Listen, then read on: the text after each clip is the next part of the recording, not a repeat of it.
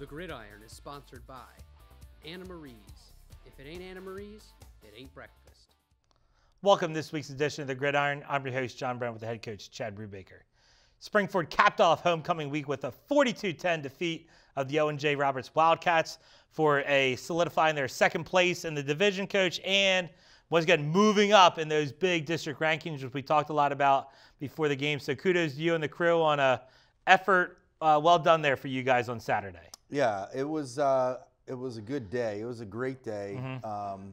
Not only for Springford, it was a really cool weekend for me. I'm sure you're gonna ask these questions. Should I stop? Yeah, just say it was a cool weekend. So cool weekend. A lot of cool things, and thanks for letting me in kind of like an inside scoop to the thing. Number one, I got the invite to the Mother's Day brunch, and wow, that's a awesome scene. It's one of those things you don't really think about as a outside guy you talk about, but being in the story. And once again, I'm not a coach, I'm not on staff, but to hear the stories, the relationships, it was emotional. It was really good, and thank you for letting me be part of that. So that's one thing to talk about. And then number two, I've basically met the Brubaker clan as they came into town. Had a good conversation with Dad as he, talked about the Gridirons, giving me critiques of what he thinks of the show. I met your brother from Wisconsin, who I hope he didn't critique. No, it was just we were talking Gridiron, and I had some really cool conversation with your college roommate who was in town too. So awesome to see that other side of football. So thanks for letting me be in a part of those things. For those out there, we have Mother's Brunch on homecoming, and because homecoming's at 2, our meal gets pushed to 10. And we have the mothers come in to share that. Anna Marie's was our caterer. Phenomenal breakfast sandwich. Yes. But the seniors, all the mothers are invited, anyone who wants to come, stepmothers or grandmothers or whatever, whoever the player wants to bring. And then the senior moms and senior sons get up to, we call it I Love You ceremony, and they get to, the player starts and tells everybody, which is, I'm sure, was intimidating for some of them. And the good thing about it is pretty much everybody breaks down, so there's no reason to be embarrassed by it. But just to talk about, how important, their mother is in their own lives, and it gets pretty emotional. And then the mother responds, and some of them had things written up, and I'm sure they all thought about it, what they wanted to say. They each get about a minute. It takes a while, but it's certainly well worth the time. And it's one of those things that I think is really, really important for our program. We had Father's VIP night earlier in the season, and the dads get to write a letter to the players. We try to do, make it a little different, and the kids are in the locker room. I hand them out in the locker room over across the street, and you can see some glassy eyes there too. But I think it's really important because you're a father, I'm a father, and oftentimes in the hustle and bustle of life, we don't get to say things. When we feel we should, or think about it later on and say, that was a really good moment that I could have said something and I didn't. Crazy how you're talking about this. Like walking to the parade, I called my mom. Yeah. Did you after that? Yeah, I called my mom. That makes me feel good. Yeah, it makes me check in, say, hey, thanks for everything, like that sort of thing. So, yeah, that's awesome. And, that's kind of, we oftentimes don't say words of appreciation to the people that we love. And so it gives the kids an opportunity to do that, and they're definitely nervous about it because they're in front of all their teammates and coaches and actually Wall of Fame members that were there on Saturday. But I guarantee the mothers are, very appreciative of that. And I think, the sons as well, although there's, that chance of showing emotion in front of their teammates and coaches. It's just an awesome thing. And I didn't invent that. I came up with that from I don't know where I heard it from first, but honestly, it's just tremendous. And then what was your second question? About seeing your family coming into town for the game, that sort of thing too. Like your college roommate coming from Connecticut, your brother coming from Wisconsin. Like it was once again, you got to see your son play Friday night. It was, like I said, a kind of culmination to, a kind of special weekend. Yeah, it was pretty awesome. My wife, my brother was coming in he lives in La Crosse, Wisconsin, and he was coming in anyway because it's the one time that, I can go see my son play, which has been difficult for me, kind of torn sometimes with that. I'm going to miss his senior night this coming Friday night. Hopefully he doesn't watch this, but I have a letter prepared for him that he can read in the locker room. But yeah, so my brother was coming in, and then my wife was working behind the scenes a little bit, I think. And it just turned into, not only was my college roommate, my best friend from high school, and his wife were there as well. He didn't come down the sidelines, and my dad was there. And then your family was out in the field for the pregame. I was caught off guard a little by that. Yeah, you could tell you were like, "What's going on?" But that was another good.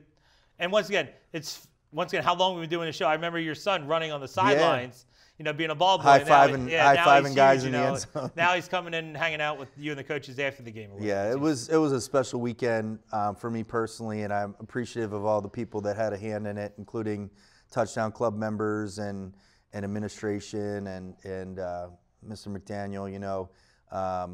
They put that together, and it was pretty special. All right, so let's talk football now a little bit. So we got all that stuff out there. So obviously, really good effort for you guys, and the news. I'm sure you knew about the news, but we talked about it was going to be your freshman quarter. There was no 50-50 split last week. So talk about you just the whole week. You knew it was going to be your freshman quarterback, and I'm sure you wanted to. I've heard this phrase a little bit too. Like you wanted to keep it simple for him, but not make a simple offense too, right? Sure. Talk about your approach to the week with him. Well, I'll start talking about Ryan Freed. I was really disappointed for Ryan because he was unavailable and not to his own doing. But he was at the game up in the 8th grade parking lot, and before the game, all the players went by to he missed out on the mother's ceremony. Yeah, right. Too. Yeah. But he was able to be there. Off to the side, and the players went by and said hi to him, paid their respects. But we didn't really change much of the game plan. Matt is a freshman, I think he's 15, but has a great handle on things. He's a really smart kid, and we just wanted to start out a little slowly to make sure that we were, get some of those nerves out of the way. And he got hit pretty early, I think, in the second drive. He took a couple good shots in the game, too. And I told him, you don't have to do that. Like, he could have gotten rid of the ball a little bit earlier and didn't have to. The kid was already drawn to him. But he just did a tremendous job. At the end of the day, he did throw 2 interceptions. One was kind of a bang-bang play, like tip. The other, he kind of threw up a little bit in the air, and it kind of hung, but the receiver fell. So there's always a learning curve. Obviously as they say, ball is life. So you got to hang on to that ball. You got to keep possession.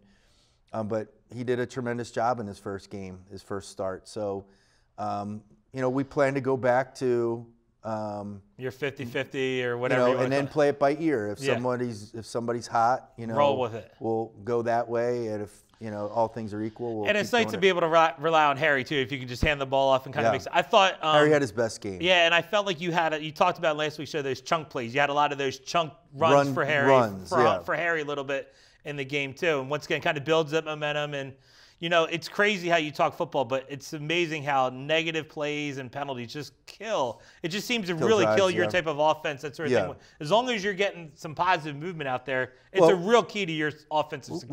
We had a illegal motion early, and we weren't ready to kind of just go. We still wanted to kind of play it close to the vest, let Matt get all the pregame jitters out. In hindsight, maybe we could have, but been more aggressive. But we wanted to make sure that he was settled in. And then once he threw his first touchdown pass, then we felt like, okay, now we can do what we need to do. Now, was it a little bit too? Once again, you've talked about quarterbacks making adjustments at the line, and this. It felt a little bit more. It was like check with you. Like it was almost like you might have seen something, and you kind of had some. There really was only one play where you're checking in. Where we checked in. I think that was the start of the second drive, but he did a really good job of He did check out of a couple plays because they played something slightly different than what we were expecting, and we had a couple audibles, automatics in, if you see this, do this, and he got into them. So certainly an impressive debut for him, and the offensive line would be remiss if we didn't say they had a good the chunk plays, as much as it is Harry seeing the hole, those guys opened up the hole. So I think they did a better job overall. And, we want to hit our stride come playoff time. I mean, we got to, we have Pottsgrove on Friday night, so we have to, maintain our focus on Friday night. But, I think we're peaking and get, like, you mentioned on the broadcast, we're getting some guys back. Yeah. And on the defensive side especially. So that's where you want to be. And it's always been, people sometimes say, why is there 16 teams in the playoffs? Well, injuries happen during the season, and your goal is to win your league, but if that doesn't happen, you might have not been healthy for some of those, and we lost those games, but we weren't at full tilt. We were missing defensive linemen at the time. We were still shuffling our offensive line, and the goal is to figure it out come playoff time. Yeah. And I think we're there. All right, one more play before we do highlights here. Once again, I might have gotten it wrong in my broadcast. I got a lot of things wrong out there in the broadcast, but so it looks like you guys almost run a little bit of an option where it's you're fake to the back, and then he has an ability to run, but then you have that receiver kind of like out in the flat. It felt like you run it a couple times. Is it like a mini? How do you? Is like a choice? Who's? Talk to me. I want to learn more about the play. What are you trying to do? Triple option. So we're reading. But it's different type of triple option. Correct. We're reading the end, and if the end crashes, we're pulling the ball, and then the quarterback has the option to run it himself, which he did one time, or the receivers are out there running what we call snag, which is just basically a hitch behind the line so that linemen can get downfield on the run play, and we don't have to worry about it because it's behind the line. Downfield, okay. Exactly. So we've been doing that a lot. Ryan, we've been encouraging Ryan to do that more. Ryan is an excellent, he knows everything we're doing. Ryan needs to trust himself a little bit more sometimes in pulling the ball. I think he'd be the first to admit that, his speed's not his number one attribute, but it does keep people honest. And I think as you saw later in the subsequent drives when Matt pulled it, that defensive end was hesitant. Just that second, that little hesitation makes all the difference in the run game. Yeah, because I'm almost more concerned of the idea when the quarterback, when he do throw, he's kind of leaving for open to get, take a shot too. You know, we don't want that. We want him to throw that before he takes the shot. Yeah. But speaking of your broadcast, I wanted to. Oh my gosh! Okay. You tipped me off that I should listen to it, and you wanted some Yeah, feedback. criticism. Always looking from direction about how I'm doing out there. Yeah. Bill said, "I wonder if Coach Brubaker or the offensive staff is the staff going to call the game, play calling according to the crowd because it's a big crowd." Yeah. I didn't understand what that meant. Maybe so you might have to influence ask him. Yeah, maybe like what's in what way? You? I don't know. Just saying like you want to maybe do a little more razzle dazzle, that sort of thing. Speaking of that, they ran the hook. How about they ran the hook and ladder against you guys? They did. I love the razzle dazzle a little bit. Well, they caught us off guard with that. That was almost like their best offensive play all day too. Yeah, I think it was. And what the one thing about it, they run that snag thing, or some call it tunnel screen, quite often, and we had prepped all week, and I actually would get some of the scout team guys to do different things. That's the one version of it that I did not have them do, but they, the kind of lateral back to the running back. But actually, that's not true. We did have them do that. Our scout team didn't execute it very well. So, as you will have sometimes. And then the other thing I want to say is there was some discussion amongst you and Mr. Culp regarding what the secondary was playing. They were not playing man coverage. I think it was Mr. Culp saying they're in man coverage. You mean O&J? Yeah, OJ's one-on-one out there. They were playing zone. Yeah. They were playing zone. But listen, that's why we're not the football coaches. And you guys... At the time, you guys were talking about that. He's like, oh yeah, they're one-on-one out. I'm like, no, it's zone. Yeah.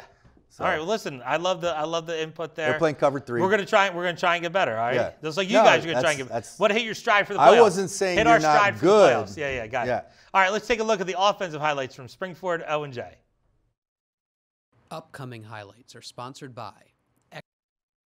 Offensive highlights are sponsored by What's Hot cards and collectibles. All right, I think we missed the. Is this the first touchdown here? It should be. Back to the flat, yeah. This is the one you can't really see. You can see the press box version a little bit better. I don't know if we got that or not. Perfect ball where only his guy's going to catch it here. I think this is it. Peyton West, you see, he catches the ball. He does a good job in kind of making. If you missed it, he almost dropped his mouthpiece. I remember this play now. Yeah. He made the corner hesitate for just a second and made a great catch. We're going opposite today. We're going end zone first. I'm perplexed. I'm confused. This is the one where we said they were man coverage. They were cover 3. Watch Colton Kashira here do a great job of just running interference and not getting a block in the back. Yep. That was, that's a senior right there. You'll see it on this angle a little bit better. But they're in cover 3. Okay. Okay. See the outside linebackers, they're covering the flat. All right. And we just threw it nice in little behind him. seam. I said the seam was open. I remember saying that in the broadcast. Well, watch Colton there right it is. there. Just gets he in the way. cuts off 3 guys. Yep, just gets in the way. It was an awesome, awesome job. That's a senior. This is your kick return, I want to say, for the touchdown here? This is a kick return. They did slightly different special teams than we were expecting. A lot of times they would just drive the ball down the middle of the field on the ground. And right there, we missed a block, but Gage did a nice job of getting in. He has a lot of natural instincts running the ball in open space, as you saw. And I think you comment on that. I didn't talk to these guys, but there's no high-fiving. There's no high-fiving before we score. No. Yeah, I mean, it's kind of funny. Yes. Like, I'm laughing at it right now, but because you don't notice it in live, like watching it live. Yeah, I did not notice, and also, like, if they get too close and someone trips over someone else. That's what I said. He's gonna tackle him. That's exactly what I said, Coach. You go, why are they so close to one another? So now it's coming back to me like it was yesterday, even though it's Saturday. Yeah, right here you're gonna they get super close. I'm like, he's gonna trip him. Yes, right there. Oh my God. Yeah, it's funny, but we're not going to do that anymore. All right. Again, this is throwing me for a loop, but this is just a handoff. I think it's where they turned it over and he scored right before the half, maybe. I want to say. Seth Owens had an interception. Yes. We were running off tackle there, but what's crazy is the defensive end slanted so hard. We got a penalty on that play. I remember that now. Yeah, we got a penalty afterwards. Yeah. We'll talk about that. This is a great job, and this is where I say making a play. The freshman is a little beyond his years here. Doesn't panic. We have an outside get some linebacker. pressure off the edge here, right? Unaccounted for. Yeah, we didn't pick it up, and he just calmly reverses field and then throws a nice touch ball for a touchdown to Gage Slonger. So Gage had 2 receiving touchdowns. Pretty big and day a for you return. there. Yeah. All right, Coach. Well, good stuff. Good long segment. Hopefully people stick through. All right. Yeah, it was a long segment, but it's okay. All right. It's like Netflix here. We'll go as long as we need to, right? Sure. All right. We're going to take a quick commercial break, and we'll be back with the defensive highlights from Springford, Owen J. Roberts. Home fire drills give your family a plan of action. In a home fire, you may have less than 2 minutes to get out. So when you drill, show everyone 2 ways out of the house, pick a safe meeting spot, and get there in under 2 minutes. Then practice home fire drills at least twice a year. You can even make them fun. So everyone knows the sound and exactly what to do when they hear a smoke alarm. Go to ready.gov/firedrill and learn how to prepare your family for home fires. Hey! There are amazing things to discover in the forest. Toothless, time to go! What you picking up on, bud? It's a whole hidden world of wonders. And the perfect place to spend time with family. What better place to let your imagination soar? Experience nature and create a memory you can share. Visit discovertheforest.org to find a forest or park near you. Welcome back to the Gridiron. I'm your host, John Brown, with head coach Chad Brubaker. All right, Coach, one other thing I want to talk about here, not my announcement, but mini announcements. We talked about, are people watching the show? You know what I mean? And we were getting, your dad's obviously watching the show. I talked to Hank Coyne, Mason Romano, 2 of the guys that got in your Hall of Fame. They're still talking about the Gridiron. They're watching it, that sort of thing. So we got some alumni watching. Homework? Well, no, I didn't even ask the question, but Coach Kolka, the head coach at O&J, he did ask about the Gridiron. We wanted to know some behind the scenes, how we got it going. And, you know, was it? So people are watching. That's the bottom line. There's tons of views going on online. What do we got to be at, like 1 million views, I feel like? I don't know about that. Million seems high? That seems a little high. All right, so, but yeah, it was nice. Once again, nice to catch up with the guys because once again, it's I taught that had both in class. Remember that it was good to catch up with those guys, see what they're doing now, and excited to see them come back for the game. The Wall of Fame was good. We had most of the guys did attend. They attended breakfast and the pregame walkthrough, and then they had a ceremony while we were in at halftime, which was good. But it was great seeing those guys. Looks like Romana can still just lace it up right now for you if you need to, right? Yeah, and Hank looks pretty good too. Hank can still sling it if you need to too. Yep. But it was great to see those guys, and well deserved. Yep. I know that they're humbled by it as well. We kind of showed them where their plaques would go up and stuff like that. So nothing but great things to say about the new fitness center too. Just wow, just super impressed by that. We had we invited the 7th through 9th grade players and their parents in. That was another thing that was going on. So we invited them in, talked a little bit about the program, had Coach Gio take them through the weight room, kind of talk a little bit about his approach to strength and conditioning. And there's a lot going on Big Saturday. Day, busy day. It was a long week, I would say. I was about like, this is a long week. And yesterday we took some kids out to the elementary Community, schools. I was on the Twitter machine. Thanks for using my line in the pep rally too. Appreciate did you like that. Yep. We got out to 5 elementary schools yesterday. Coach Mick and I drove the vans around, but exhausting. Yeah. Exhausting. It's a long day. We went to the Royceford Elementary. Kids were outside at recess, and our guys were participating, with basketball, whatever game they were playing, kickball, and tag. And they're running all over. A lot of little girls were like chasing. They were like came up to Coach Mick and I and said, "Who's the weirdest?" And then we just make up a number, and then they go chase them. Go find that guy. That's good. I like that. Yeah. So it was. It was a good day though. We did different things in different schools, but we played in gym? Dodgeball. Yeah.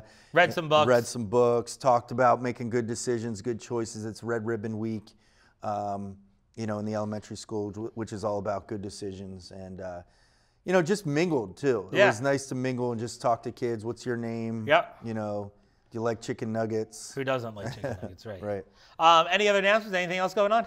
Just that this week, as we're playing Pottsgrove. Yeah, well, that's the last part of the show. But I also want to say it's senior night as well. Okay, there you go, senior night. So it's senior night, and I think the student section is doing a camo out, which is kind of cool. So I saw they had like pajama day somewhere during the year. They come up with all the different little things. Yep. All right. So defense. Once again, another really strong effort for the defense. Essentially, the defense only gives up 3 points. Right. They get a kick return for a touchdown. They caused some turnover. Like you said, and really their 2 biggest plays all day are the hook and ladder, and they hit you on might have been like second and a country mile. They hit you with like a draw, but that turned into a first down. But other than that, it was all really in front of them. It just, once again, talked about responsibility. Like I talked to Horvath, Ryan, your middle linebacker, and I was like, you just seem to be in position. There's kind of slants. That thing. He's like, we were prepared. Yeah, we talked about that a lot. We talked about where it was coming. And every time they came in the middle, he was right there, ready. Yeah. Your defensive line came up big, got some pressure, got some guys back.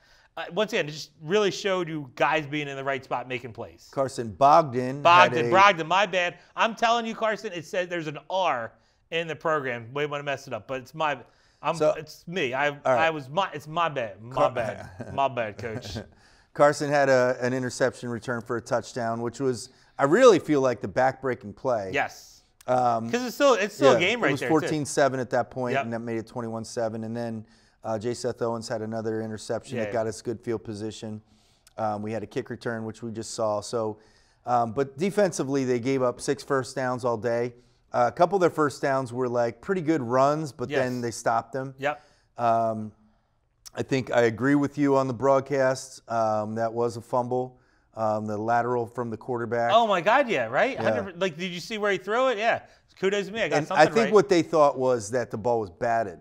Oh, really? I think that's what they thought. But it wasn't if you look at it on replay. But well, and I was saying, play to the whistle. There was no whistle. I'm sure you were yelling. And guys kind of figured that out.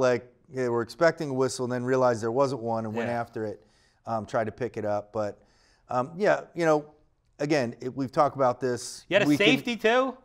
Yeah, on a bad snap. I said to Coach Mick, I said, that kid kicking the ball off the ground was like the most impressive thing. I mean, like he booted it like 50 yards off the ground. They should work on. Well, you got to catch the snap, but I'm just saying, like, I was like, wow. No. I was going to say the drop kick. Yes. I mean, like, it was impressive how, not that a safety is impressive. But, you know, we keep saying the same thing every week, and it's maybe redundant, but, you know, our defensive staff just does a tremendous job. You know, Coach Mick and the rest of them prep them for, okay, here's, you know, we get great tendencies off of our studying, and we get a great printout, and, you know, these are the things they want to do, and we try to take away some things that teams want to do.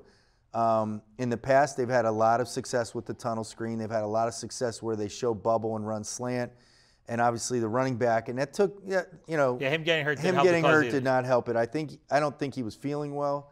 He might have been banged up from their PV game too. And then, you know, then I think I don't want to speculate, but I may have twisted his ankle or something like that. Right, that's what I'm saying. Yeah. But yeah, so that took, you know, that's a big loss for them as well. And hopefully he's okay. But he's, you know, he's got, I think, 1,500 yards or 1,300 yards, a lot of yards, and is a main focal point of their offense. Yep. And when he went down, that certainly took some air out of their balloon as well. Yeah. And once again, that drive where they were having some success running the ball. Then all of a sudden they kind of ran that boot and they ran it left, and it just enough pressure was caused. And the kid, once again, they say, like, if you get your hands on it, you should be able to catch it, right? So he gets his hands on it, got to make that catch, and you know how much tip balls lead the interception. It wasn't a bad throw, but we did get Gavin Schaefer got some pressure on him and hit the quarterback just as he threw it. And maybe that forced it a little high or whatever. Yeah. All right, defensive highlights. Let's check them out. Springford OJ. Here we go. Defensive highlights are sponsored by What's Hot Cards and Collectibles. Man, why are we doing it backwards? What are we doing? What are we doing here? All right. This was a sack. Donnie Nicolene is back in action. And I think, who was the other one? 44? Yeah, Gavin Schaefer. Gavin Schaefer was trying to claim that was his sack, but I don't know. This is you sniffing out that flat stuff. This is early in the game. Yeah, this is like a third down, I want to say here. Yeah, and we had a feel for that. You see, though, you know, there was free run by Carson Bogdan and Will Fish. There was no one there to block them, and they just diagnosed the play. This is just a good job, again, of filling up the hole. Yep, trying to run. Did they run inside the zone? No, they ran counter tray here, and our guys just got penetration and kind of screwed that up for them. This might be the J. Seth Owens interception. Who knows? Who knows what that was? Okay. Thank you for your honesty and journalism. Yeah, there it is. There it is. He couldn't stay in bounds right there, almost. And then they got a late hit. I was like, that's because he kept running. You know what I mean? Like, you need a whistle there. This is the Bogdan interception. This is the tip. See, he touches that kid from O&J, and then nobody's touching it here. Yeah, Carson had a free run. And Carson had a tough play 2 days before. Like the kid ran him over, and I was like, big bounce back for Carson on that play right there. Yeah, he did a great job. And, you know, Carson, that's his first interception of the year, and he's done a really good job throughout the whole year. So we were happy to see, you know, him get rewarded with that.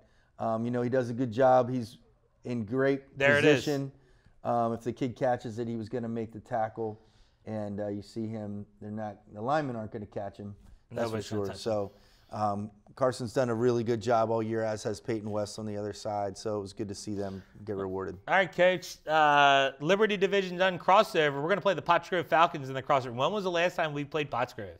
Been a long time, right? Since the split. Right. I'm saying we've never played them in the crossover, have we? Nope. All right. If you want to stay tuned, we're going to preview the game with the Potts Grove Falcons after this commercial break. Hi, everyone. Al Roker here. As a guy with his own catchphrase, I appreciate that after 75 years, Smokey's only said, "Only you can prevent wildfires." But I'm filling in because there's a lot more to report. Like when there are parched or windy conditions out there, you gotta be extra careful with things like burning yard waste. After all, wildfires can start anywhere, even in your neck of the woods. Go to SmokeyBear.com to learn more about wildfire prevention.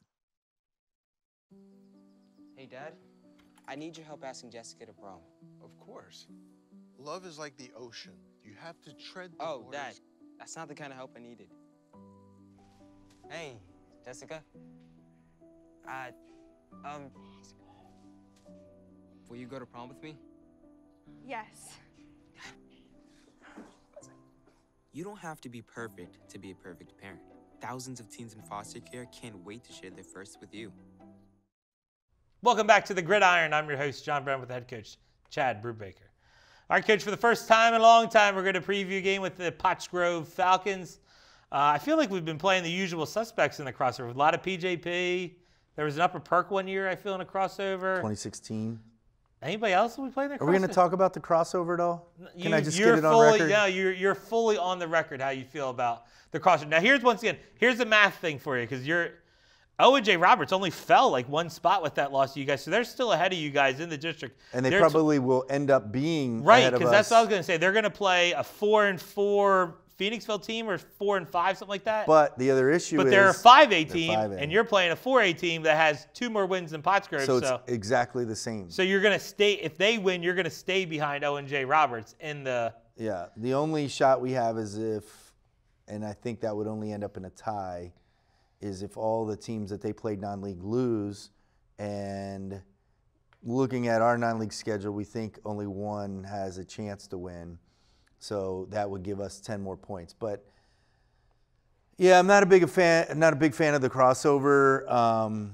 Also, a lot more of the coaches are becoming less and less fond of it. I guess my other problem with the crossover week too is that some teams have already played each other. You know, in those attempts to find non-league games, right? So silly. So there is a legit, and I think it might even happen. You've played the team twice in a year, right? I don't know. Has that happened this year? I don't know if it's happened this year. It's happened in the past. Right. That's what I'm saying. That's my issue. Is if you want to keep the crossover, you can't play. Well, that's in weeks 1 through 4. When we initially did that, that was the mantra: don't go out and bring points into the league. Right. But some chose to continue playing what they felt were rivalries, which I don't really, I don't know that you can call it a rivalry when you're a bigger school and there's a smaller school. Like, I get it. Like, I know Upper Perk and Boyertown have continued to play their non-league.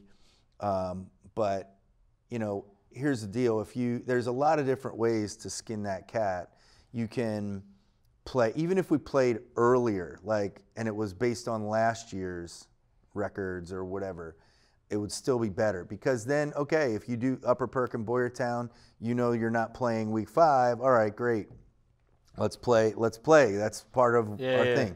But when it's out there and you don't know who you're going to play, that does set that up. Yeah. But no, like I said, and now you're at the mercy of wherever you're going to fall in districts. Or it is what it is. You win, you're going to play in district. You're going to put it this way. You'll make the field of 16, is what I'm saying. I'll put it this way: no other league in District 1 is all the other teams are playing 6A teams. Right. Nobody else this week's playing a 4 or 5.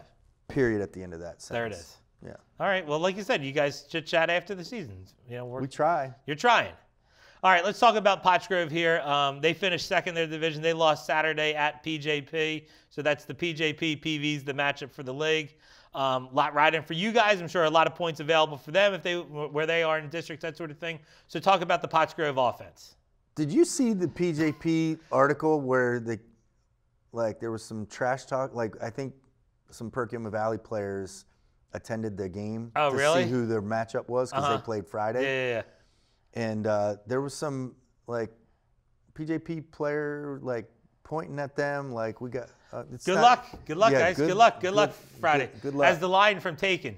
Good luck, that sort of thing. So don't poke the Viking. That O&J was poking the Rams a little bit, were they not? A little bit the previous week, saying they wanted. Were they? They wanted Springford. Oh, O&J was. O&J was poking the bear a little bit, right? Yeah. All right, let's go. All right, sorry. I got to go back 7th period. We got to go back. Pottsgrove offense. What do you got for me? Okay, so they're not exactly as they've always been, but very similar. They'll give you some eye stuff. They still want to run midline and veer. They throw the ball a little bit more than they had previously, but pretty much, Coach Hawthorne has been there a long time under Coach Pennypacker, and then took over a few years back. And, they're doing similar things that they've always done. So, all right, sounds same like team. some assignment and they're stuff. very big up front. Assignment stuff this week. We got to worry about assignments. Always. All right, let's check out Pottsgrove on offense. Upcoming highlights are sponsored by XPO Business Equipment. XPO Business Equipment out on Ridge Pike. There you go. All right, so here, they threw the ball deep here, right? Beautiful pass. Wow, that's over a the really good. top. They had a safety over there too. Kept his balance and got in the end zone there. So again, they're not throwing 30 times a game, but they do have the ability to throw the ball. Here's another one. Nice in between. Looks like they want to go to this defenders. guy too. Yeah. 11. Oh. That grass field over at Pope John Paul. Here they are running. Running downhill. All right. Show a little jet action to try to get the defense to move and then hand it off underneath that. All right. Again, here's where they're reading. Now, this is something they hadn't done as much in the past, but, reading from the shotgun. They do a little bit more of that than they have previously. Running the same play, but from shotgun. And again, capability. That's a good throw right there. That's a tough throw. Good throw, and I think that was second down, so picked up a first down. So trying to be balanced, and they have some athletes, and they're, like I said, they're very big up front. Okay. What are you going to see defensively from the Grove? Again, very similar. They play a 4-4 to start is where I think what they want to be, but they also will walk up, and it's a 3-4, but they always play those linebackers up on the line of scrimmage. We don't want to call it 5-2 because sometimes they do drop into coverage, but a lot of times they're rushing the quarterback. So they present, they play a lot of man coverage or cover 1, Yeah, that's 2. always been their MO over there too, right? One high safety. Our receivers need to get open early now and get separation because, they're bringing 5-6 guys. Okay. Let's check out Pottsgrove on defense. Upcoming highlights are sponsored by XPO Business Equipment. All right, Pope John Paul does a little shift there to change the defense and then tries to bring Jet through, but you can see they didn't block it the way they intended, and it's a pretty big loss, 3 or 4 yards. They're spread out, PJP's spread out, but they try to run the quarterback back the other way after the fake handoff, and Pottsgrove was all over it. You see, there's their 4-4 defense again. PJP Good relies speed, heavily on there too, yeah. on the jet, and it didn't work that time. All right, try to run miss a block, an unbalanced formation, and Pottsgrove jumped it real quickly. And here they are blitzing. All right, you thought maybe right here that they could get outside because they caught him in a blitz. Corner gets off the block out there and makes the play. Corner does a nice job, yeah. All right, Coach. Well, big show here, man. Today, long one. Hopefully people stick all the way from beginning to end, all right? Yeah. Best of luck to you and the crew, all right? Appreciate it. All right, make sure you tune in next week as we recap the crossover game with the Pottsgrove Falcons and preview potentially a District 1 matchup for the Springford Rams. For the head coach, Chad Brubaker, I'm John Brennan. See you next time on the Gridiron.